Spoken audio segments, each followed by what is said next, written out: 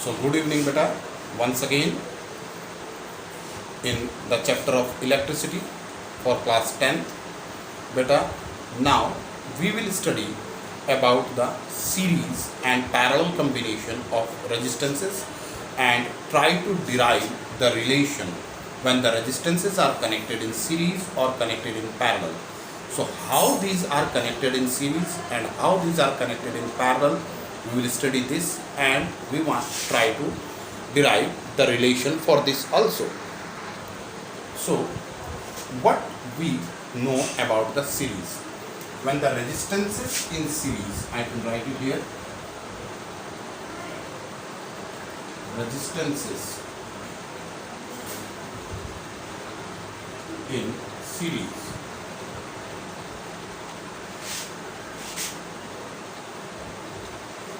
What does this means? It means that when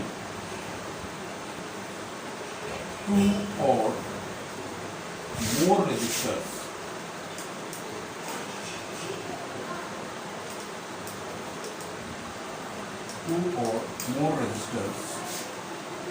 are connected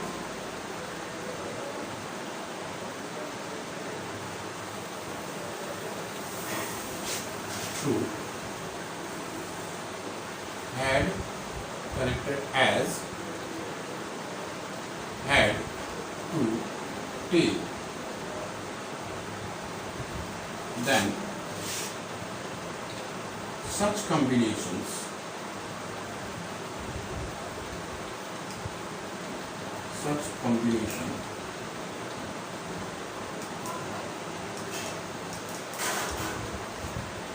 is called as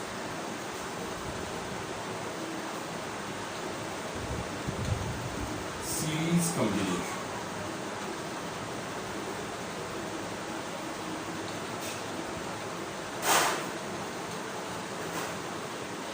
Now suppose we want to connect three resistors. Let the values of these resistors be R1, R2 and R3, and these are connected in a manner head to tail combination. Now look at this figure which I am going to draw. Suppose these are the three resistors. This is one. Suppose this is the head and this one is the tail.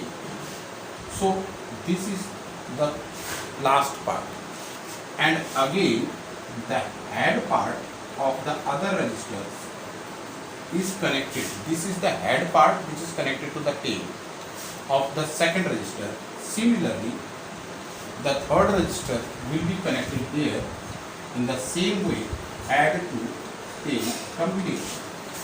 So the head part of the third resistor is this, and this is the tail part. So head, tail, head, tail, head, tail. So this type of combination of the resistors is called as series combination. Now we want to take out the net resistance. Then suppose we want to put a ammeter here in the series and a battery and a key K, and this is the combination. So this will be the negative terminal and this will be the positive terminal. Suppose I represent this battery by letter B and the switch by letter K. So suppose the value of these resistors are, suppose it is R1, R2 and R3. Now what actually happens when the resistors are connected in series? The current which is shown by the ammeter, this current in all these resistors will remain same. That means what I can say here, that suppose if current I is flowing here through the ammeter A, if the current is I and the direction will be like this, this will be the direction of all the through all the resistors. Suppose this I is flowing in the circuit, so all the resistors will have the same current. That means here in this resistor, if we measure, the current will be I. For this resistance also, if we measure, the current will be I, and for this also the current will be same, that is I, and the net out current will also be I. So what we can see here, that in the series combination of the resistances, the current I remains same for all the resistors, but the potential difference V, it gets changed in every resistance. If we measure the potential difference by placing a, suppose I am placing here in the dotted way V. So this voltmeter will give us a reading, and this reading will be different for this. Now if we remove it and place here V, then this V will be different from this. Similarly, the V for this will also be different.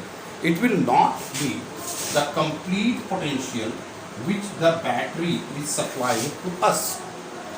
Suppose the battery is giving V, then the potential at each resistance will be of different value. Suppose here the value of V will be V1, here the value of V will be V2, and here the value of potential will be V3. Now if we add all these V1, V2 and V3, then only we will get the net potential which is supplied by this battery. So what we can write here, that the net potential V, it is equal to V1 plus V2 plus V3. This will give us the total potential, and let this be equation number 1. Let this be equation number 1. Now, according to Ohm's law, what we know? We know that the potential difference V, it is equals to IR. This is according to Ohm's law. So I can write here by Ohm's law. By Ohm's law. So let this be equation number 2 for Ohm's law. Now, what if we want to find out the value of V1? Then V1 will be equals to, according to Ohm's law, I and R1. Clear? Similarly, V2 will be equals to I, R2, and V3 will be equals to I, R3 as per Ohm's law. So V1 will be equals to I, R1, and V2 equals to I, R2, and V3 will be equals to I, R3. Now, according to equation number 1, if I check it out, this net potential is equals to V1 plus V2 plus V3. So if I add all these three V's, V1 plus V2 and V3, then I will get this net potential.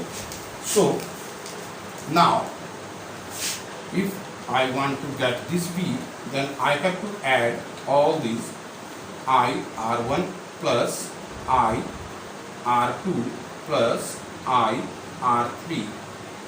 Then only I will get the value of net potential difference, because I, R1 is V1, I, R2 is V2, and I, R3 is V3. So according to Ohm's law, what is this V? This V is equals to IR. So now I will place IR in place of this V. IR. So the value will be I R1 plus I R2 plus I R3. So if I take out I common from the right hand side like this, so it will be R1 plus R2 plus R3, and I R upon I will give us R1 plus R2 plus R3. So the net resistance in the series combination will be, now after cancelling this I, we will get R net. Net resistance in series will be R1 plus R2 plus R3.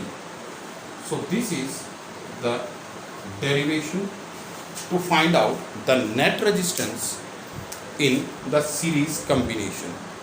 Now suppose there are n numbers of resistances which are connected in series. If n number of resistances will be there, then how can we find out the net value of the resistance? And this will be, if the n number of resistance are connected, then net resistance will be equal to sum of all the resistances from I equals to 1 to n I.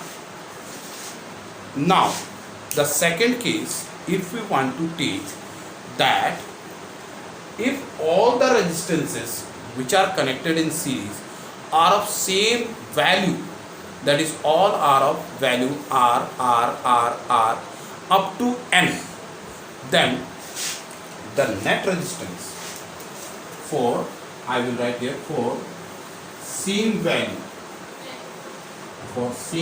value of resistance for n numbers, then the net resistance will be R net will be equals to n multiplied by R. Very simple. Suppose there are two resistors, each having the value of 5 ohms and 5 ohms. Then the net resistance will be 5 plus 5, very simple, 10. So we can also find out directly, there are two resistors, so 2 multiplied by 5. That is, there were n resistances, so n multiplied by R. It will give us the net resistance of the circuit which is connected in a series combination. I think you got the point. So the next we will study about the resistances in parallel. Now, resistances in parallel. How can we say that the resistances are in parallel? So when two or more resistors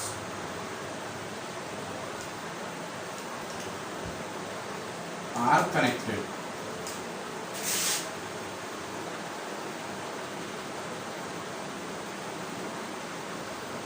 in such a way that all the heads come to a point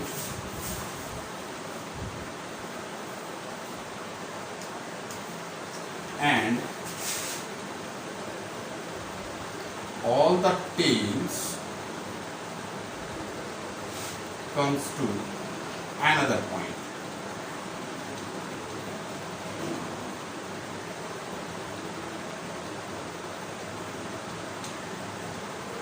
So look at here how we can draw the parallel combinations. Suppose this is one resistance and this is the head and this one is the tail. Here another one is here. So again this one is head and this one is tail. Again another one. This one is head and this one is tail. If all these are connected head to head each and tail to tail, all the heads have a common point and all the tails have also a common point, then this type of combination is called as parallel combination. Similarly, we can also draw it like this also. Look at this one and this one. All the tails and all the heads. These are head, and tail, tail, tail. So all the heads are again connected to the same point and all the tails are again connected to the same point. So this type of combination is called as parallel combination of the resistors. Now, how to find out the net resistance in this combination? So let us check it out. Suppose I am again taking three resistances R1 and R2 and R3. Now these are connected in parallel combination. Suppose this is R1 and this one is R2 and again this one is R3 and all are connected like this. All are connected. All the heads are connected to each other and all the tails are connected to each other. So an emitter is placed here and a battery and a key, and it is connected to this. Now if I want, I can connect also a voltmeter like this, a common voltmeter to all. Then suppose the value of this resistance are, suppose R1, R2 and R3, and the potential difference is V and the key K is here. Now if we switch on the key, the current will flow in this direction, in this manner.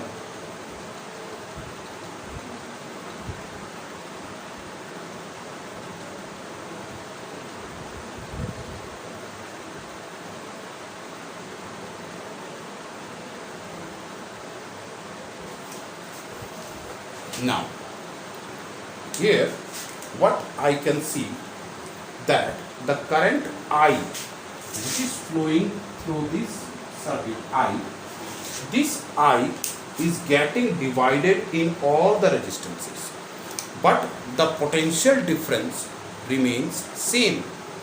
So it is to be noted here that in a parallel combination, the current gets divided to each resistance. If they are of same value, then current will be distributed equally. If they are of different values, then current will be distributed unequally according to the value of resistances. But the potential difference V remains same for each resistance. Here suppose R1 will have also V, R2 will also have V, and R3 will also have V. So we can see in the parallel combination. Now it will be I1, I2 and I3, and all these I1, I2 and I3 when comes back here, they again gets combined, and after combination we will again get back the current I. So what we can write here, that the net current of the circuit I it is equal to I1 plus I2 plus I3, and let this be equation number 1. Let this be equation number 1. And according to Ohm's law, what we know that V, it is equals to IR. According to Ohm's law, V is equal to IR. Now, if we want to find out I from this, then we can get I will be equals to V upon R. V upon R. So let this be equation number 2. Now, if I want to find the value of I1, only I1, it will give me V upon R1 according to Ohm's law. I1 will be equals to V upon R1 because the value of V in the parallel combination remains same and the value of R is different as we can see in the figure. So this will be like this. I1 will be equals to V upon R1. Similarly, for I2, it will be V upon R2, and for I3, it will be V upon R3. Now, according to equation number 1, if I add I1, I2, I3, I will get back the net I. So, from equation number 1, I can write like this: net current I, it is equals to V upon R1 plus V upon R2 plus V upon R3. Now, what is I? According to equation number 2, it is V upon R. So, if I take out all the V common from here, then I will get 1 upon R1 plus 1 upon R2 plus 1 upon R3. And this V will come down here like this, VR. So, I will get 1 upon R1 plus 1 upon R2 plus 1 upon R3. And the net resistance we will get like this.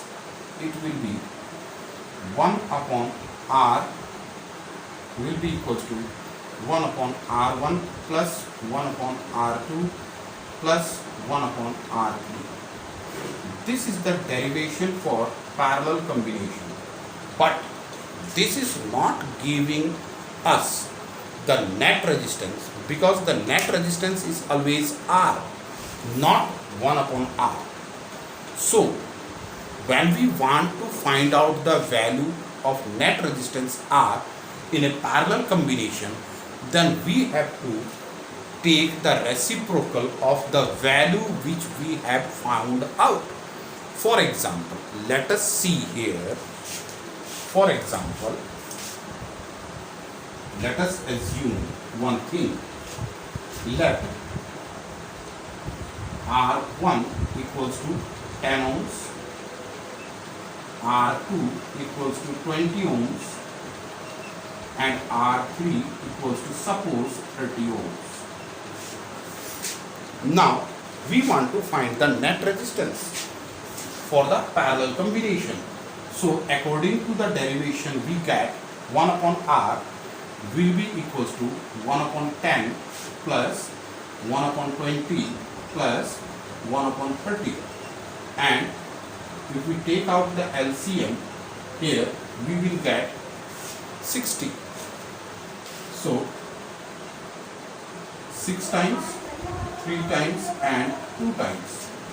So, we will get 1 upon R will be equals to 11 upon 60. This is not the correct answer. The correct answer will be R equals to 60 upon 11 ohms, like this. Is it clear? So in this manner we can find out the series and parallel combination. Now in the next lecture we will study about the different numericals for the series and for parallel, and for series and parallel both. Thank you.